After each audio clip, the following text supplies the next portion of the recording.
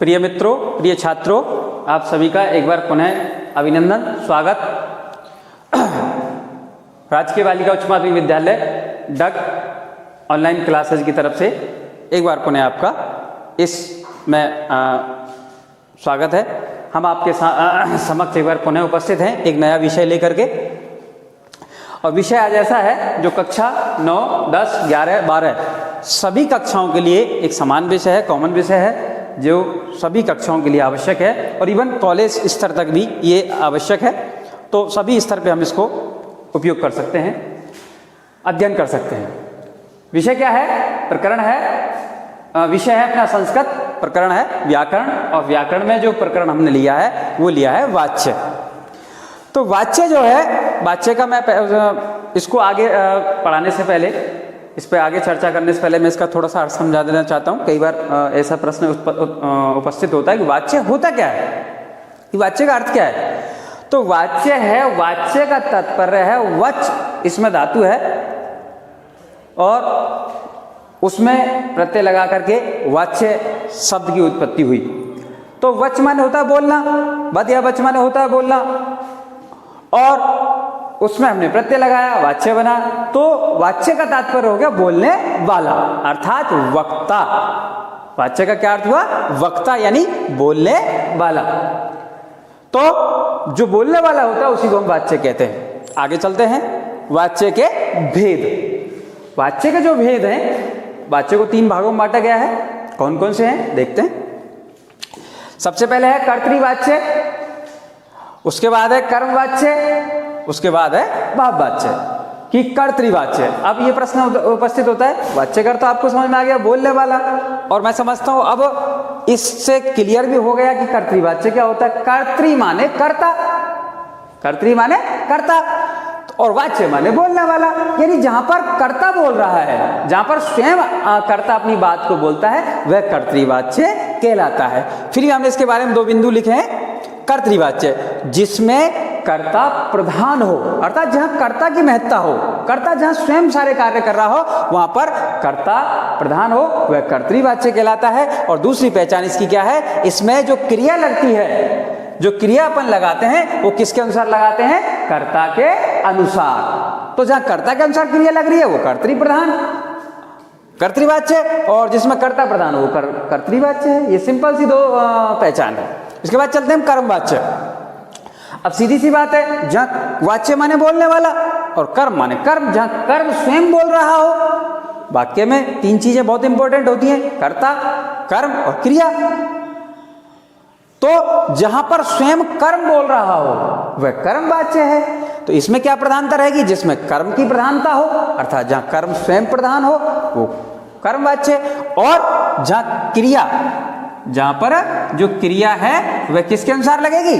कर्म के अनुसार। क्लियर है कि जहां कर्म प्रधान हो और क्रिया कर्म के अनुसार लग रही है वो कर्मवाच्य। तीसरा है भाववाच्य, जहां पर किसकी प्रधानता हो? भाव की प्रधानता हो। किसकी प्रधानता हो? भाव, अर्थात जहां पर कर्म नहीं हो वह कौन सा वाच्य होगा? भाववाच्य है। और इसमें क्रिया हमेशा प्रथम पुरुष एकवचन की लगती है, अर्थात कर्म तो है ही नहीं, तो जो भाव शब्द आ रहा है उसके अनुसार यहां क्रिया एकवचन की लगाएंगे, अर्थात हमेशा यहां क्रिया कौन सी लगती है? प्रथम पुरुष एकवचन की भाववाच्य में। अब आगे चलते हैं।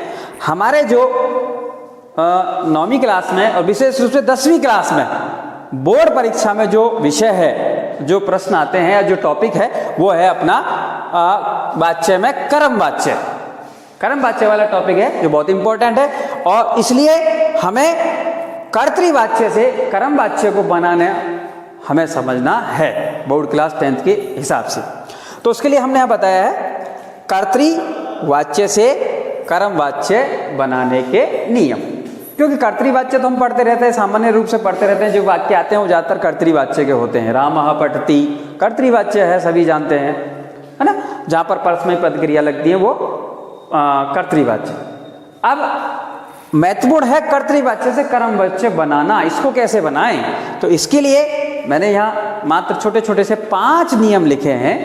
इन 5 नियमों को यदि हम याद कर लेंगे, इन पे चिंतन कर लेंगे, मनन कर लेंगे, तो स्मरण पथ में जब हमारे ये आ जाएंगे तो निश्चित रूप से हम कर्मवाच्य से कर्तृवाच्य से कर्मवाच्य बनाने में हमें कोई परेशानी नहीं होगी। मैंने देखा है विगत वर्षों से जब से मैं पढ़ा रहा हूँ, बच्चे कर्तृवाच्य तो अच्छे से पढ़ लेते हैं, समझ भी लेते हैं, लेकिन कर्मवाच्य उनको ऐसा लगता है पता नहीं ये क्या बीमारी आ गई।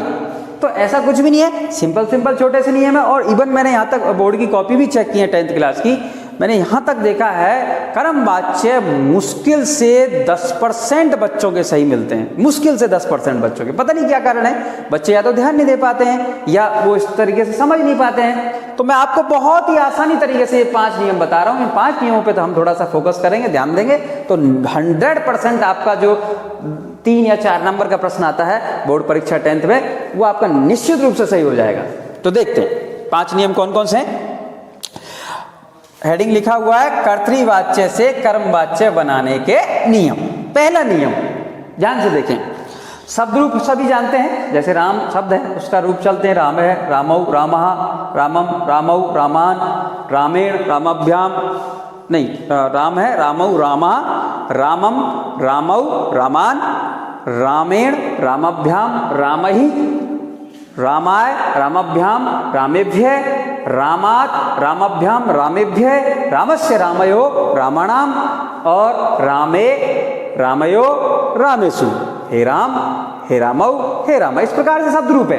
अन्य जितने भी शब्द रूप हैं अलग अलग आकारांत, इकारांत, उकारांत इस हिसाब से। तो शब्द रूप के हिसाब से हमको देखना है कि हम क्या करेंगे। कर्तृवाच्य से कर्मवाच्य बनाने के समय कर्ता को, जो हमारा कर्तृवाच्य वाक्य हमारे पास आया है उसमें कर्ता को हम वचन के अनुसार तृतीया विभक्ति में बदल देते हैं। जैसे रामः पठति आया या रामः पुस्तकम पठति आया, तो यह राम है जो प्रथमा विभक्ति में, क्योंकि कर्ता जो होता है प्रथमा विभक्ति में होता है। अब हमें इसको तृतीय विभक्ति में बदलना है, तो तृतीय विभक्ति में राम है एक वचन है, तो तृतीय विभक्ति में भी रामेण हो जाएगा, क्योंकि वहां भी राम का तृतीय विभक्ति एक वचन शब्द रूप बनता है रामेण। तो कर्ता को वचन के अनुसार तृतीय विभक्ति में बदल देते हैं। दूसरा नियम बहुत महत्वपूर्ण नियम है, इस पे ध्यान रखना है। कर्म को वचन के अनुसार किसमें बदलते हैं? प्रथमा विभक्ति में बदल देते हैं। ध्यान देना, कर्ता को तो बदलेंगे तृतीय विभक्ति में और कर्म को कहां ले जाएंगे? प्रथमा विभक्ति में। चूंकि कर्तृवाच्य में जो कर्म होता है वो द्वितीय विभक्ति में होता है। अब उसको कर्मवाच्य जब बनाएंगे तो कर्म को हम प्रधान बना देंगे और उसको कहां ले आएंगे? प्रथमा विभक्ति में, लेकिन वचन के अनुसार। ये ध्यान रखना है, कर्ता और कर्म को बदलते समय जो वचन उसका कर्तृवाच्य में है वही वचन उसका कर्मवाच्य बनाते समय हमको रखना है। एक वचन का करता है तो उसको एक वचन ही रखना है और बहुवचन का है तो बहुवचन रखना। 2 नियम। तीसरा नियम है क्रिया। ध्यान देना, क्रिया कर्म के वचन के अनुसार लगाते हैं। चूंकि कर्तृवाच्य में हमने आपको बताया क्रिया कर्ता के अनुसार लगाते हैं, लेकिन कर्मवाच्य में किसके अनुसार लगाएंगे? कर्म के अनुसार। यानी कर्म का जो वचन है एक वचन है तो एक वचन क्रिया, द्विवचन है द्विवचन क्रिया और बहुवचन है बहुवचन क्रिया, यानी कर्म के वचन के अनुसार। अब जो महत्वपूर्ण चीज है, जो सबसे इंपॉर्टेंट है, हालांकि सभी चीजें इंपॉर्टेंट है पर बिल्कुल कर्मवाच्य को शुद्ध बनाने के लिए जो महत्वपूर्ण चीज है वो 2 बिंदु ये रह गए छोटे छोटे से, इनको अच्छे से समझ लेना। देखिए क्या है, धातु में ये जोड़ते हैं। कोई भी धातु है, जैसे मैंने अभी आपको उदाहरण दिया रामः पुस्तकम पठति, तो हमने जब इसका कर्मवाच्य बनाया तो कर्ता को हम तृतीय व्यक्ति में ले गए, राम है का हमने क्या कर दिया? रामेण। ठीक है भाई। उसके बाद कर्म आया पुस्तकम, पुस्तकम को हमने आपको बताया दूसरा नियम, कर्म को वचन के अनुसार प्रथमा व्यक्ति में, तो इसको प्रथमा व्यक्ति में ले जाएंगे। एक ही वचन है इसलिए नपुंसकलिंग शब्द है पुस्तकम, तो पुस्तकम का पुस्तकम ही रहेगा। रामेण पुस्तकम, यहां तक समझ में आया। अब तीसरा नियम, क्रिया कर्म के वचन के अनुसार। कर्म का जो वचन है वो क्या है? एक वचन। पुस्तकम एक वचन है इसलिए क्रिया भी हमें एक वचन लगानी है, लेकिन कौन सी लगानी है वो समझिए। अब यहां पर पठति शब्द है तो पठ धातु है। अब चौथा नियम देखिए, आप ये क्या कहता है आपका चौथा नियम? ये कहता है कि आपके पास जो धातु है उसमें क्या जोड़ दो? ये जोड़ दो। क्या जोड़ दो? ये जोड़ दो। जोड़ दिया, ठीक है। अब हमारा जो पांचवा नियम है, ये दो नियम सबसे इंपॉर्टेंट है, इनको बहुत अच्छे से समझना है, पढ़ना है, अध्ययन करना और ध्यान देना है। पांचवा नियम कहता है धातु में ये जोड़कर, वही बात हमने रिपीट की है, जोड़कर क्रिया इसमें हमेशा कौन सी लगाएंगे? आत्मनेपद। कर्तृवाच्य में क्रिया हम लगा रहे हैं परस्मयी पद, लेकिन कर्मवाच्य में हमें हमेशा जो क्रिया है वो कौन सी लगानी है? आत्मनेपद, ठीक है। जैसे आत्मनेपद के रूप चलते हैं, अते, एते, अंते, असे, एथे, अद्वे, ए, आवहे, आमहे, ये आपका लट्लकार है। वर्तमान काल में आत्मनेपद के रूप इस प्रकार से चलते हैं। तो अब हमारे पास, मैंने आपको जैसा बताया, पुस्तकम एक वचन था, उसमें हमने यह जोड़ दिया।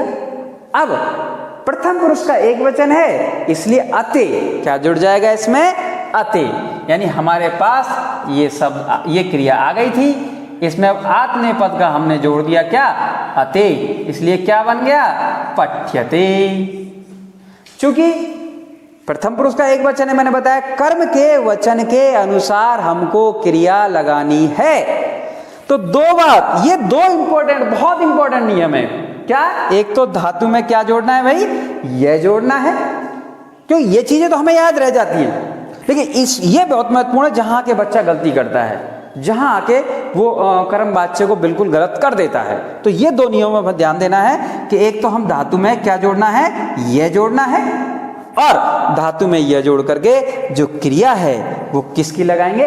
आत्मनेपद की। और जब आत्मनेपद की लगेगी तो इसका रूप इस प्रकार से बन जाएगा। तो आज के लिए इतना ही। कल हम उदाहरण सहित और इसके अलावा आत्मनेपद के रूप कैसे चलते हैं, परस्मैपद के रूप कैसे चलते हैं, ये हम अगले वीडियो में आपसे चर्चा करेंगे। तब तक के लिए नमस्कार, नमो नमः।